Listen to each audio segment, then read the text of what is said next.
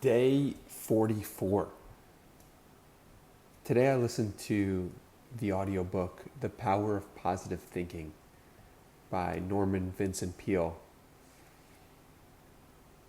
And you hear a title like that, The Power of Positive Thinking, in today's day and age, you're like, what?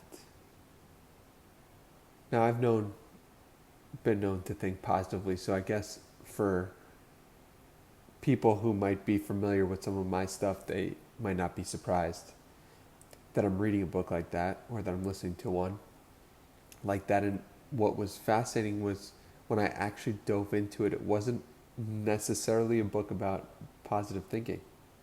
It was a book about God and faith, and the use of God in the book is tremendous. And it was written in 1952. So it's it was wild that the it was really The Power of God was the name of the book. How the book landed on me was The Power of God.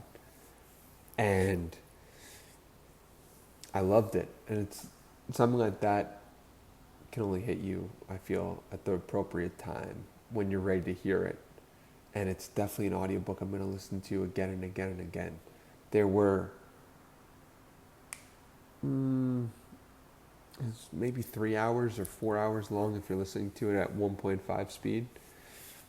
And filling my mind with that is something I'm really excited to do. The power of positive thinking. In today's day and age, I believe that would be considered a cheesy title and something not many people would resonate with or would look to, because the feeling of positive thinking has gotten diminished. Maybe because Norman Vincent Peale was so successful and the people coming in to talk about mindset have kind of diminished the power of positive thinking. It's like, nah, that's not real. Or no, you can't actually succeed by just thinking positively. You're not going to just think positively. And in the book, he acknowledges that, but he also gives you practical ways to enhance your own consciousness, to live more positively, and to live more with God. He recommends memorizing Bible verses, which I found interesting, and there are a lot of great stories that I'm excited to dive into. Very useful, practical information in there, and I'm excited to continue diving into it. We also had Run Club this morning. It was great. Just one of those mornings where I couldn't have imagined myself running 4 miles alone if I was just by myself. It was humid, but the fact that I was running them with people who were also waking up at 7 in the morning and then getting after it, it was really exciting. And then one guy, after the Run Club was over, saw us and asked if he could join in next week just to the meditation part of it, which is really cool. So we have a run at 7 and a meditation at 8, and that's in Austin, Texas for men. So yeah, it's so special when you have a consistent 20 to 30 guys showing up every week for themselves to run, to meditate, to grab coffee. I mean, you could have a complete day before 9 o'clock. You've ran, meditated, a bit of nature, hung out with people. I don't know of any run club like that where you run and you meditate. So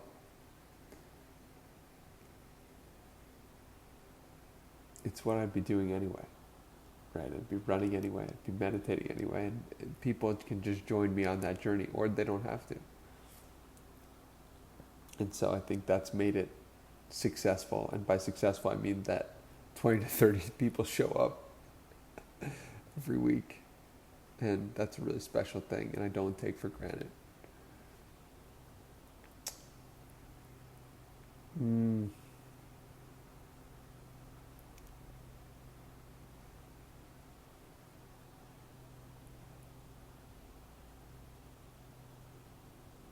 I'm definitely getting really sucked into all of the Trump stuff, all of the political sphere of life. And that's because the president or a president of the United States only gets shot one time out of every maybe 30, 40, 50 years. And so it feels monumental in some way. I do recognize that it is somewhat of a trap, and somewhat it can limit my capacity, and it takes me away from my purpose, myself, and helping other people in my sphere. So I'm cognizant of that, and I'm monitoring it, but I'm totally hooked on it. I'm totally hooked on it. And I see the ways in which I'm becoming, or having the tendencies similar to my dad and grandpa, who love the news and love the politics, and can also find themselves get wrapped in it. So maybe that's a foregone conclusion for my future based on the genetic past. But yeah, events like this happen once in a blue moon, and it's interesting to see how people all around the world respond to something like this. I mean, I've been laughing at so many of the memes, and I've been interested in different commentary about what people think. Like Tim Kennedy going on the Modern Wisdom podcast I listened to today. His former Navy SEAL, talking about the snipers and the positioning, and I find it interesting.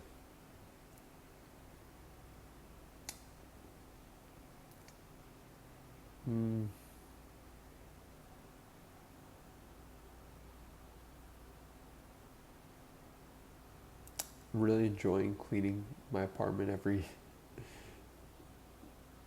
let's call it 4 or 5 times a week. Treating it like a workout. That's been impactful. Cleaning your apartment, your room, your space like a workout. I find that to be an interesting concept, because it really is so helpful for my own mental space and for my own ability to think clearly and to start the following day on the appropriate foot. It's so nice to wake up to a clean space. And I very much enjoyed mentally reframing. I put on the song Washing Dishes by Jack Johnson and clean my apartment at 9:30 or 10 o'clock every 4 or 5 times a week. And then I wake up in the morning so grateful to see a clean apartment. So it's been helpful for me. I've been slacking off on my bioenergetics. Need to get back to that. That gives me a lot of energy, and I've seen over the past few days how not doing it has impacted me. So I'm excited to bring that back. I'll be doing bioenergetics tomorrow. And I'm excited to post the episode with Tej Dosa tomorrow, where we talk about his near-death experience what that was like for him.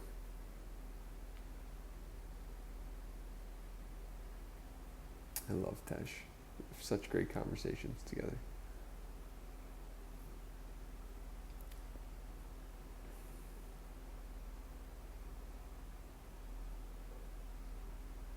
Yeah, that's all for today.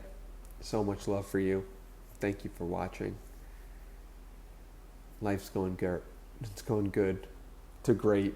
That's where we're going. We're going to the great. And I'm very grateful for people like you watching, tuning into the journey. And grateful for all the people who are not tuned into the journey as well. Just grateful for people. That's all for tonight. Be well. Peace.